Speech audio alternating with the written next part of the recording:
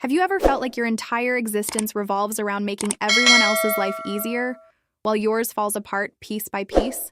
Have you ever wondered what it feels like to be so deeply woven into your family's survival that pulling away feels like you're committing the ultimate betrayal? Well, let me tell you exactly what that feels like, because I lived it for 28 years before I finally understood that saying no wasn't selfish. It was survival. My name doesn't matter for this story, but what matters is that somewhere out there, someone is living my nightmare right now. And maybe, just maybe, my journey will help them find their way out before they lose themselves completely, like I almost did. I grew up in what everyone called a close-knit family, the kind that neighbors admired and relatives pointed to as an example of what family should be. But behind those Sunday dinners and holiday photos was a carefully constructed system where I was the glue holding everything together: the unofficial therapist, the emergency fund, the babysitter, the mediator, the problem solver, and the person who sacrificed everything so everyone else could thrive. And I didn't even realize how deeply trapped I was until the day I finally said no and watched my entire world explode. This isn't just a story about setting boundaries. This is about what happens when you've been conditioned since childhood to believe that your worth is measured entirely by how much you can give, how much you can endure, and how invisible you can make your own needs. This is about the moment when self-preservation looks like selfishness to people who've benefited from your self-destruction for decades. I remember the exact moment when everything crystallized for me. When I looked at my reflection in the bathroom mirror at 3 a.m, dark circles under my eyes that seemed to reach down to my soul, and I didn't recognize the exhausted, hollow person staring back at me. I had just spent 17 hours handling a family crisis that wasn't mine to solve, using money I didn't have to spare, sacrificing sleep I desperately needed, and canceling plans that mattered to me. And as I stood there in that harsh fluorescent light, something inside me whispered that this couldn't be what life was supposed to feel like. The weight of everyone's problems had become so familiar that I had forgotten what it felt like to exist without that crushing pressure on my chest, that constant anxiety about who would need what next, that perpetual state of alert waiting for the next emergency call that I would have to drop everything to handle.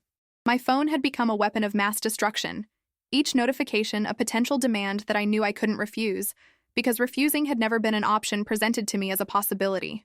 From the time I was 8 years old and started taking care of my younger siblings while my parents worked, I had been groomed into this role so gradually, so naturally, that it felt like destiny rather than dysfunction. They called me responsible, mature, reliable, trustworthy. All these positive words that masked the truth that I was being turned into a resource rather than a person, a tool rather than a daughter, a solution rather than someone with my own dreams and needs and limits. And the scariest part? I wore those labels with pride because I didn't know any different.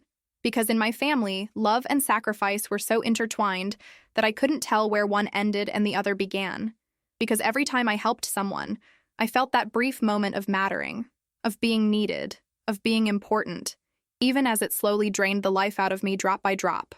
The pattern had been set so early that it felt like truth rather than conditioning, and by the time I reached adulthood, I had become the person everyone called first.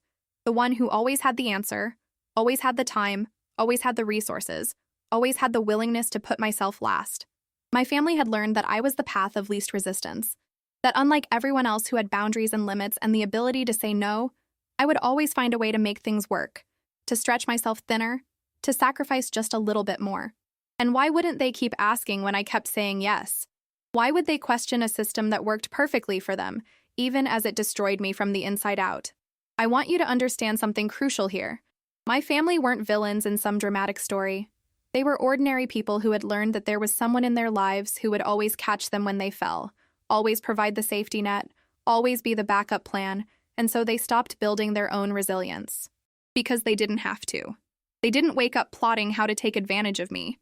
They simply accepted what I offered and then began to expect it, and eventually, those expectations hardened into demands so gradually that none of us noticed the shift from asking to assuming, from gratitude to entitlement, from appreciation to anger when I couldn't deliver fast enough or completely enough. This is how dysfunction becomes normal, how exploitation becomes love, how self-destruction becomes virtue, and how an entire family system can be built on the breaking back of one person who never learned that they were allowed to stand up straight. Have you ever felt this way? Have you ever been the person everyone relies on until you can barely hold yourself up anymore? Comment below and let me know, because I need you to understand that you're not alone in this experience, and neither was I, though it took me almost 3 decades to figure that out.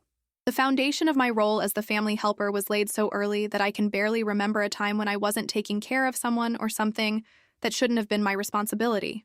I was the oldest of 4 children, and my parents worked demanding jobs that left them exhausted and stretched thin. And while I understand now as an adult how hard they were trying to provide for us, what I experienced as a child was a consistent message that my needs came last because I was capable of handling things myself. At 8 years old, I was making dinner for my siblings, helping them with homework, breaking up their fights, putting them to bed, and lying awake at night making sure everyone was safe until my parents came home, sometimes as late as 10 or 11 at night. My childhood became a training ground for caretaking, and every time I successfully managed a situation, every time I kept things running smoothly, every time I prevented a problem before my parents even knew it existed, I received praise that felt like love but was actually reinforcement for behavior that would eventually consume me. My mother would stroke my hair and tell me I was her little helper, her responsible girl, so much more mature than other children my age, and I would glow with pride even as I fell asleep with knots in my stomach from stress that no 8-year-old should carry. My father would tell people that I was the easy one, the one they never had to worry about, the one who just took care of things without being asked. And I learned that being easy meant being invisible, that being helpful meant having no needs, that being mature meant swallowing my own childhood so everyone else could have theirs. I watched my siblings get to be children while I became a third parent, and I told myself it was fine because I was good at it, because someone had to do it, because this was what love looked like in my family. The pattern intensified as I got older, and by the time I was in high school, I had a job to help with family expenses. I was still managing much of the household. I was tutoring my siblings, mediating arguments between my parents, and somehow also trying to maintain the straight-A average that was expected of me, because being the responsible one meant excelling at everything without complaint. I remember sitting in my school counselor's office when she asked me about my plans for college, and I had this moment of complete blankness because I had never actually considered that I might have a future that didn't revolve around taking care of my family. The counselor talked about scholarships and opportunities and the exciting possibilities ahead of me, and all I could think about was who would help my siblings with their homework, who would make sure dinner was ready, who would handle the 1,000 small crises that I had been managing for years. The guilt of imagining leaving felt so overwhelming that I actually started crying right there in her office. And she looked at me with such concern and asked if everything was okay at home. And I lied and said yes because I didn't have the words to explain that everything was fine, except that I didn't exist as a separate person anymore, that I had been absorbed so completely into the family system that the idea of individuation felt like abandonment. That conversation should have been a wake-up call, but instead, I pushed it down and focused on finding colleges close to home, programs that would allow me to commute, majors that were practical and could lead to jobs that would help me support my family better. Even my dreams had been colonized by my role as the family caretaker, and I didn't even recognize it as abnormal because it was the only reality I had ever known. When I got into a prestigious university 3 hours away with a full scholarship, my mother cried and told me how proud she was, but then immediately started listing all the ways my absence would create problems, how my siblings needed me, how she didn't know how they would manage without me. And the pride in her voice was undercut by the expectation that I would understand what she was really saying, which was that going away would be selfish. My father said nothing but looked disappointed, and that silence spoke louder than any words, because I had learned to read his expectations in the quiet spaces between sentences. I spent 2 weeks agonizing over the decision, lying awake imagining my siblings struggling without my help, my parents overwhelmed without my support, the family falling apart because I had chosen myself for once, and eventually I made the decision that I thought was right. I turned down the scholarship and enrolled in the local community college instead, telling myself it was the practical choice, the responsible choice, the loving choice. Everyone breathed a sigh of relief, told me how wise I was being, how family always comes first, how I could always transfer later once things were more stable, and I buried the grief of that lost opportunity so deep that I convinced myself it didn't matter. But it did matter, and that buried resentment became the first seed of something that would eventually grow into the realization that love shouldn't require the complete annihilation of one person's dreams for everyone else's convenience. College became another arena where my role as the family helper expanded rather than contracted, and any hope I had harbored about gaining some independence evaporated within the first semester. I was commuting an hour each way to save money on housing, working 25 hours a week at a retail job to contribute to family expenses, taking a full course load, and still expected to be available for every family crisis, celebration, and mundane task that arose. My younger sister called me in tears multiple times a week about problems with her friends or schoolwork, and I would find quiet corners of the library to talk her through situations while my own assignments piled up. My brother struggled with math, so I drove home 3 nights a week to tutor him, even though my college offered tutoring sessions I desperately needed for my own courses. My parents began consulting me on financial decisions, relationship problems, and extended family drama, treating me like a peer rather than their child, burdening me with adult concerns and secrets that created impossible positions, where I became the keeper of information that isolated me from being able to have authentic relationships with anyone in the family. I knew things about my parents' marriage that my siblings didn't know. I knew things about my siblings that my parents didn't know.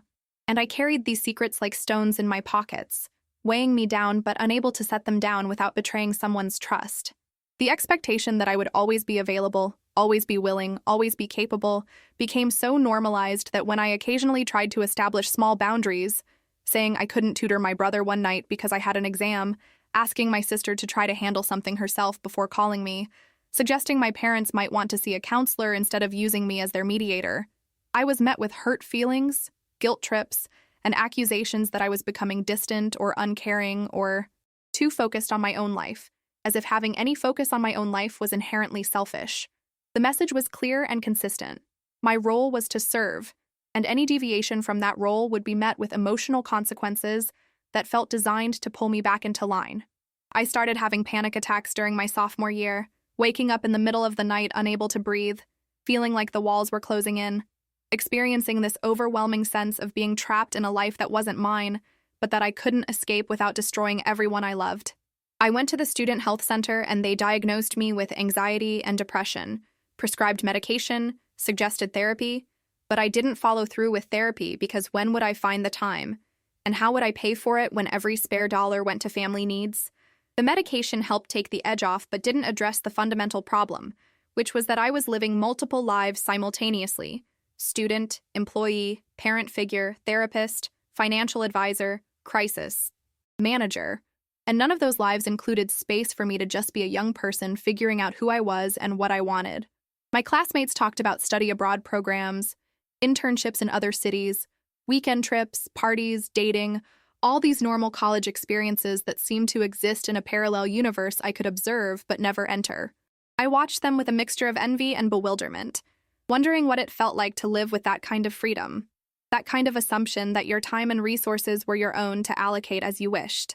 I had a few friendships that started with promise but inevitably faded when I had to cancel plans repeatedly, when I couldn't commit to anything because I never knew when a family emergency would require my immediate attention, when I was always distracted by the mental load of everyone else's problems even when I was physically present.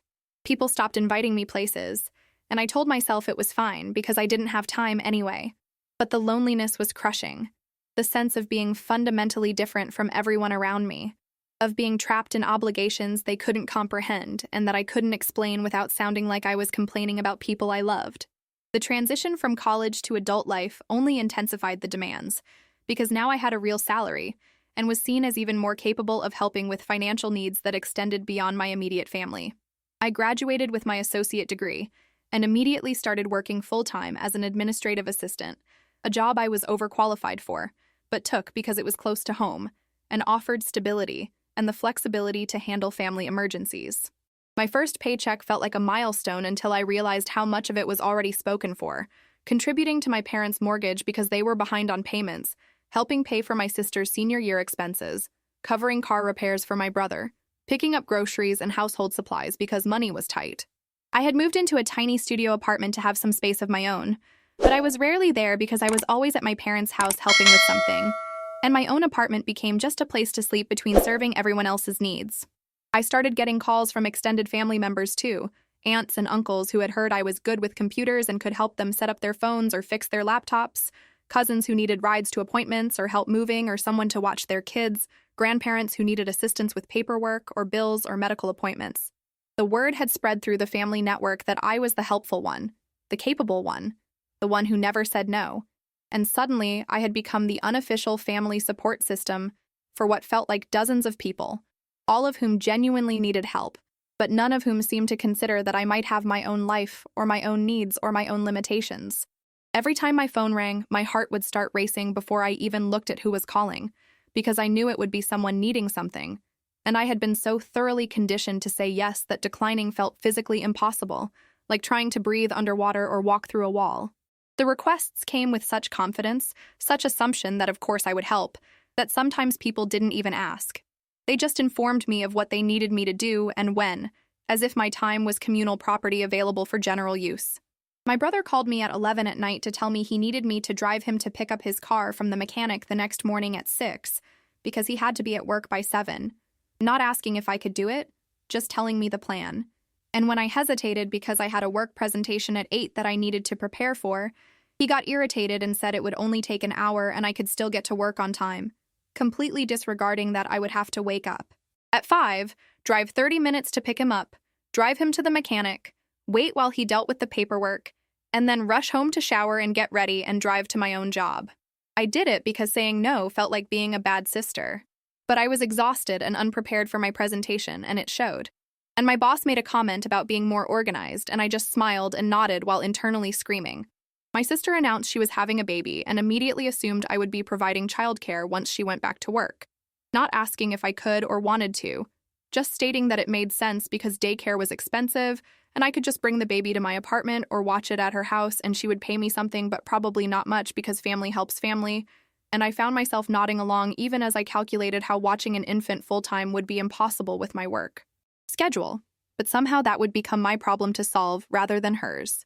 My parents started hinting that they might need to move in with me if they couldn't keep up with their house payments, and I was living in a studio apartment that barely fit me, let alone 2 more people.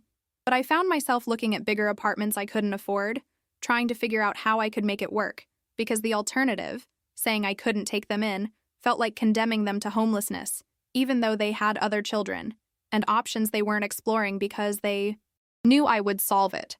The weight of being everyone's solution had become so crushing that I started having thoughts that scared me, fantasies about disappearing or getting sick enough to be hospitalized, just so I could have a legitimate excuse to say no, just so I could rest without guilt, just so someone would take care of me for once instead of the other way around. The wake-up call came on a Tuesday in March, a day that started like any other exhausting day but ended with me sitting on the floor of my apartment at 2 in the morning, having a complete breakdown that forced me to confront the reality I had been avoiding.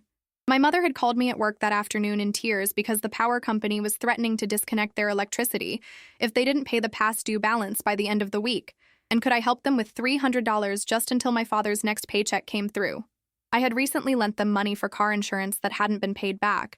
I was behind on my own credit card bills from previous family expenses, and I had $17 in my checking account until my next paycheck in 4 days. But somehow I heard myself saying yes because I always said yes.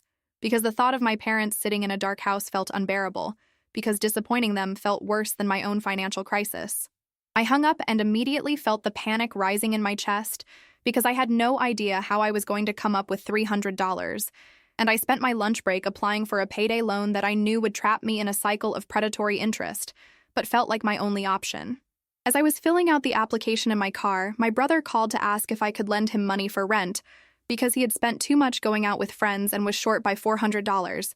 And when I tried to explain that I didn't have it, he got defensive and said, I always helped everyone else and it wasn't fair that he was being punished just because he asked at a bad time. And the guilt was so overwhelming that I almost offered to put it on my credit card even though I was already maxed out. I told him I would try to figure something out and hung up feeling like I was drowning, like I couldn't breathe, like the walls of my car were collapsing inward. I somehow made it through the rest of my workday on autopilot. And when I got home, I had a message from my sister asking me to babysit her daughter that weekend because she wanted to go to a concert, and a text from my aunt asking if I could help her move furniture on Saturday, and an email from a cousin asking if I could edit her resume because she heard I was good at that kind of thing. I stood in the middle of my apartment looking at my phone, and suddenly I just started sobbing, huge gasping sobs that came from somewhere so deep I didn't know I had been holding them. And I sank down to the floor and cried harder than I had cried since I was a child. I cried for the life I had never gotten to live, for the dreams I had sacrificed, for the relationships I had lost, for the exhaustion that had become my permanent state, for the loneliness of being surrounded by people who needed me, but didn't really see me, for the crushing weight of being everyone's savior while slowly dying inside. I cried until I had no tears left, and then I just sat there in the silence of my apartment, surrounded by secondhand furniture and barely any personal belongings because I had never had the time or money to make this place feel like mine. And I realized with absolute clarity that if I didn't change something, I was going to break completely. And unlike all the crises I had solved for everyone else, there would be no one there to catch me when I fell. That night, I opened my laptop and started Googling things I had never allowed myself to search before: how to set boundaries with family, signs of family dysfunction, codependency, people-pleasing disorder, emotional manipulation, caretaker burnout. I read articles that described my life with such accuracy it was like someone had been watching me for years. I found forums full of people sharing stories that could have been written by me.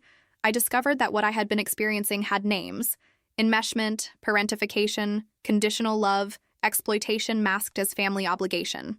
The sun came up with me still reading, still learning, still having my entire understanding of my life and family reframed through this new lens that was both liberating and terrifying, because once you see the truth, you can't unsee it.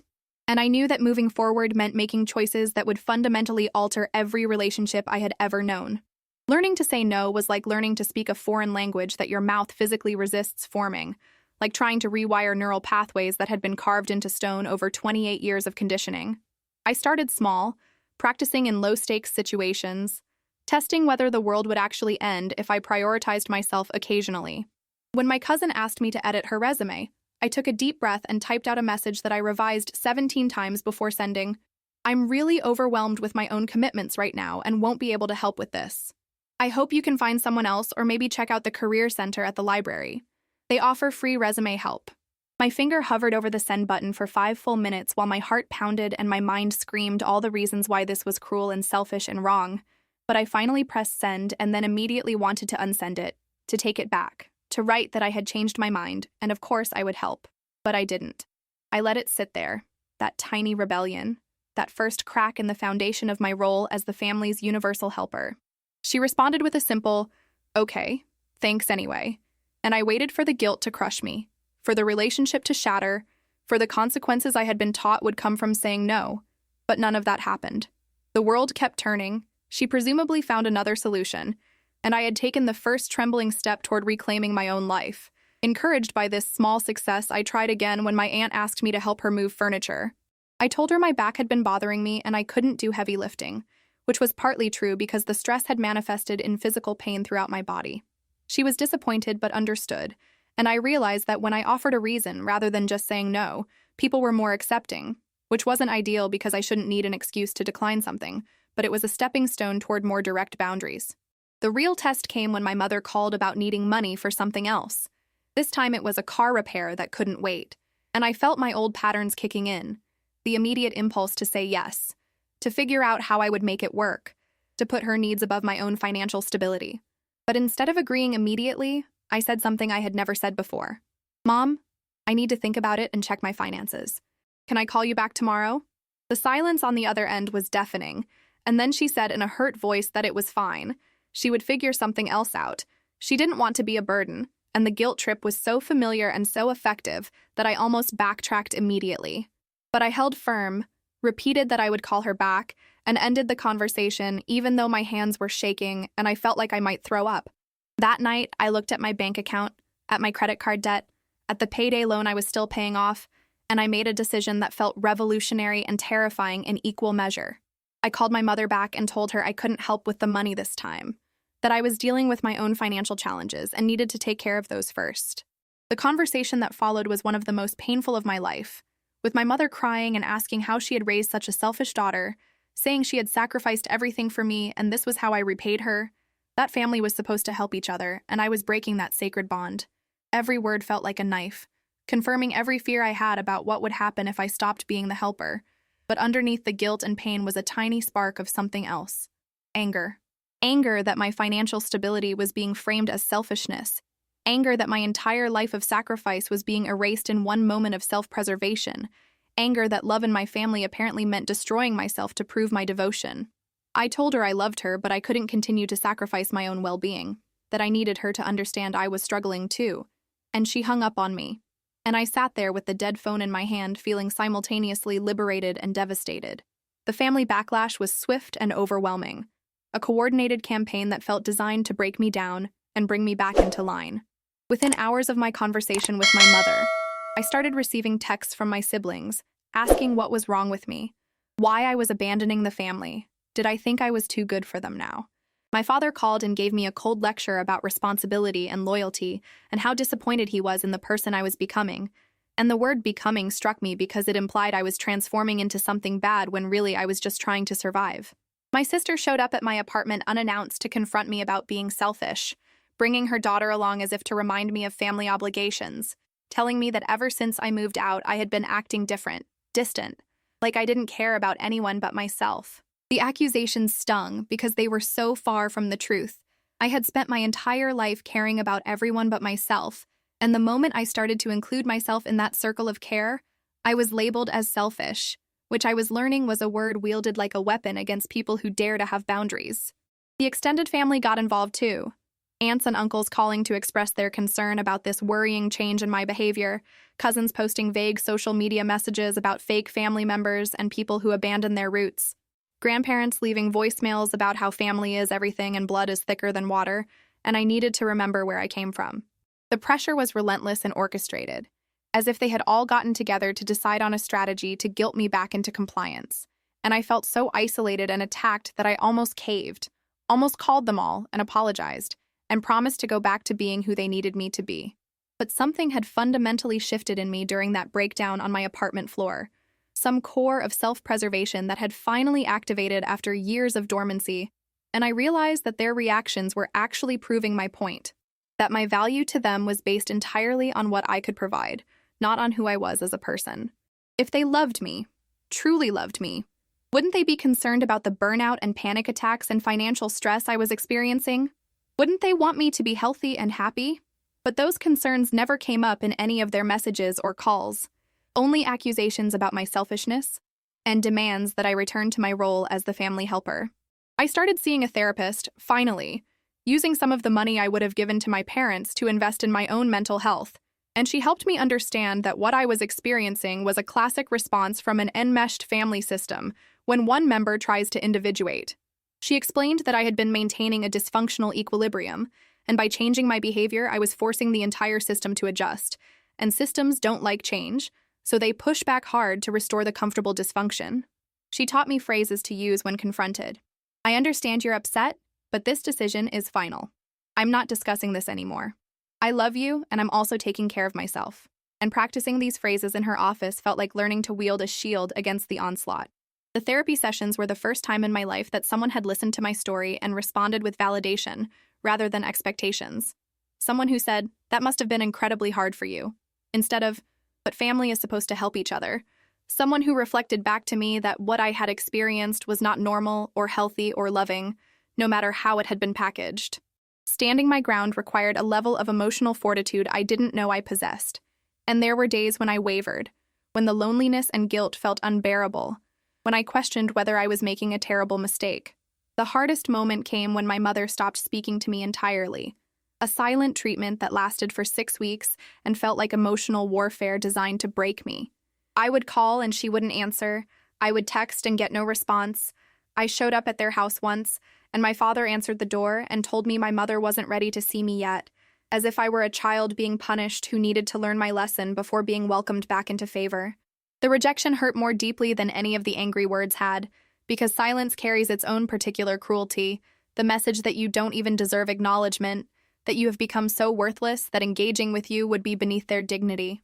I cried a lot during those weeks, questioned everything, drafted apology messages that I never sent, because my therapist helped me see that I had nothing to apologize for.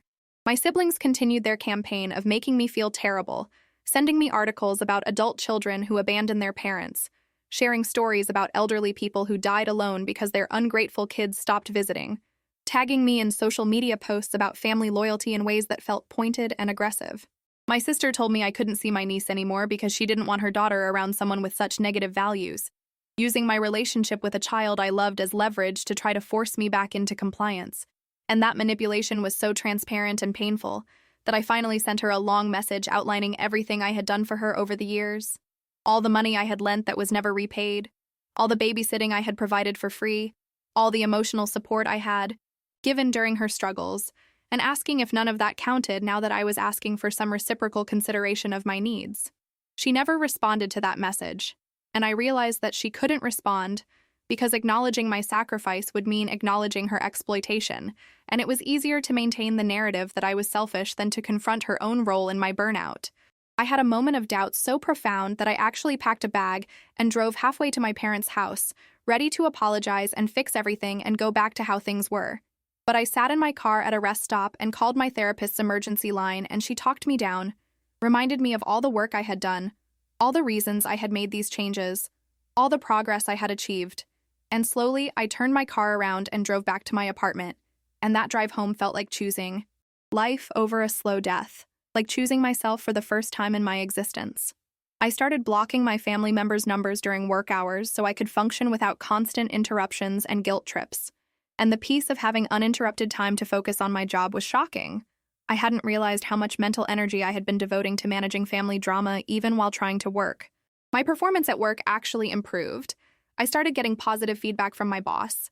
I was even considered for a promotion.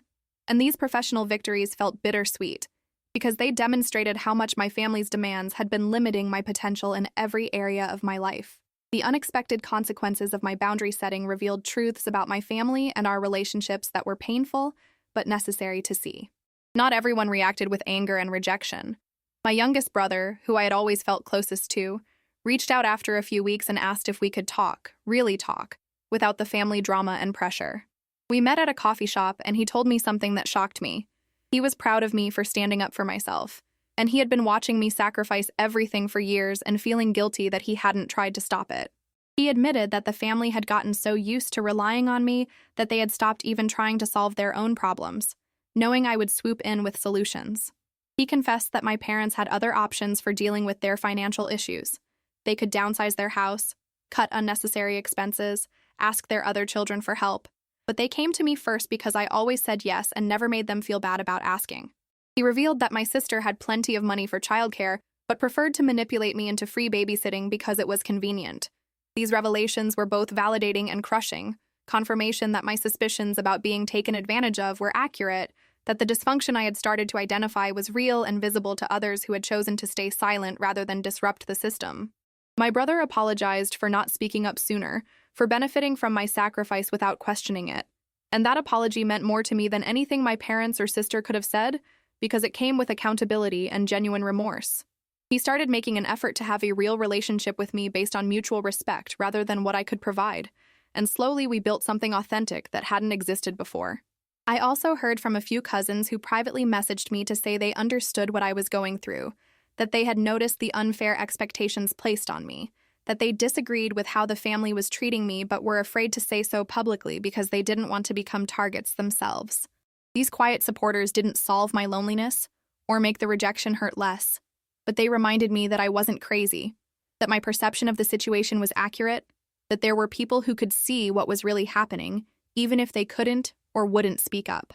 The family dynamics played out exactly as my therapist had predicted.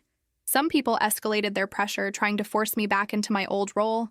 Some people backed away entirely when they realized I wouldn't be providing resources anymore. And a very small number of people actually respected my boundaries and worked to maintain relationships on healthier terms. My parents eventually broke their silence when they needed something again. This time my father had a health scare and they expected me to drop everything to be at the hospital. And when I told them I would visit during my lunch break but couldn't miss work, my mother started crying about how her own daughter didn't even care if her father died. The manipulation was so blatant that I actually laughed, a slightly hysterical laugh that came from both the absurdity and the pain, and I told her that caring about my father and being unable to jeopardize my job were not mutually exclusive. I visited during my break, confirmed my father was stable and being well cared for by medical professionals, and then went back to work.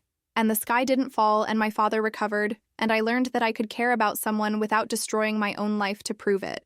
My transformation didn't happen overnight, but rather through thousands of small choices to prioritize my well-being over others' comfort, to tolerate disappointment rather than burn myself to keep everyone warm, to build a life that belonged to me rather than existing as a supporting character in everyone else's story. I started saying no regularly, and each time got slightly easier, the guilt less overwhelming, the confidence in my decisions stronger. I paid off my debt using the money that would have gone to family members. I took a weekend trip by myself for the first time in my life and felt giddy with the freedom of doing something just because I wanted to. I decorated my apartment with things I loved rather than just functional furniture from thrift stores. I went back to school part-time to finish my bachelor's degree in a subject I actually cared about, rather than something practical that would help me support others better. I made new friends who didn't know the old version of me, people who met me as a whole person with interests and opinions and boundaries. And these relationships felt so different from my family dynamics that it was like discovering a new language of relating to people. I started dating cautiously, wary of falling into caretaker patterns in romantic relationships. And my therapist helped me identify red flags and honor my needs in ways I had never learned. Some relationships with family members did repair over time as people adjusted to the new reality. My youngest brother and I grew closer than ever. My father eventually apologized in his stilted way for the pressure they had put on me, though he couldn't quite admit that the system had been unfair, just that he was sorry I had been stressed. My mother took the longest to come around, clinging to her hurt feelings and sense of betrayal, but eventually she started calling occasionally to ask how I was doing, rather than immediately launching into her own problems. And those calls were awkward and superficial, but represented a tiny shift toward seeing me as a person, rather than a resource. My sister and I remain estranged, both of us too hurt and proud to bridge the gap, though I hold out hope that someday we might find our way back to each other on healthier terms. The extended family mostly faded away once they realized I wasn't going to be their free labor anymore, and I grieved those losses while also recognizing that relationships based entirely on what you can provide aren't real relationships at all. The person I've become through this process is someone I'm actually proud to be. I have boundaries. I have dreams I'm actively pursuing. I have mental and physical space to breathe. I have the financial stability I had never achieved when I was supporting everyone else. I have the energy to invest in relationships that are reciprocal and healthy. I still struggle with guilt sometimes. Still have moments of doubt where I wonder if I was too harsh or too selfish. But those moments are less frequent and less consuming. And I've learned to sit with uncomfortable feelings rather than immediately acting to make them go away. I've learned that choosing yourself isn't selfish when the alternative is self-destruction. That setting boundaries isn't cruel when the alternative is resentment and burnout. That family who truly loves you will want you to thrive rather than demanding you sacrifice yourself to make their lives easier. This journey has taught me that saying no is not a rejection of love, but rather an affirmation of self-worth. That you cannot pour from an empty cup. That you are not responsible for solving every problem for every person who asks just because you're capable of doing so. The most profound realization has been understanding that my family called me selfish, not because I actually became selfish, but because I stopped being selfless. And in a system built on one person's complete self-abnegation, any act of self-care looks like betrayal. I'm not going to tell you this journey was easy or that everything worked out perfectly, because that would be a lie. I lost relationships, I faced rejection, I had to rebuild my life from the ground up. I had to grieve the family I wished I had while accepting the family I actually have. But I also gained myself, gained my freedom, gained a future that belongs to me, gained the ability to breathe without the crushing weight of everyone's problems on my shoulders. If you're reading this and you see yourself in my story, if you're the person everyone calls when they need something, if you're exhausted and burned out and feeling selfish for even considering saying no, I want you to know that you deserve better than this. You deserve relationships where your needs matter as much as everyone else's, where love doesn't require constant sacrifice, where you can be a whole person rather than just a solution to everyone's problems. Comment below and tell me about your experience. Have you ever felt like the family helper who couldn't say no? What happened when you tried to set boundaries? I want to hear your stories because this is a conversation we need to have, because so many people are suffering in silence under the weight of others' expectations. If this story resonated with you, if you felt seen and understood, please leave a like because it helps this message reach more people who need to hear it. And if you want to join a community where we talk about these real, messy, complicated family dynamics and how to navigate them while preserving your sanity and sense of self, please subscribe to Living Through It and hit that notification bell so you never miss a story. This channel exists to share experiences that remind you that you're not alone, that your struggles are valid, that your journey toward setting boundaries and reclaiming your life matters. We're building something here, a space where people can share their truths without judgment, where we can learn from each other's experiences, where we can support each other through the difficult process of choosing ourselves without apology. Thank you for being here. Thank you for listening to my story. And remember that saying no to others sometimes means saying yes to yourself. and that's not selfish. That's survival, that's self-love, that's the beginning of a life that's truly yours. Until next time, keep living through it, keep fighting for yourself, and keep believing that you deserve a life where you matter as much as everyone else does.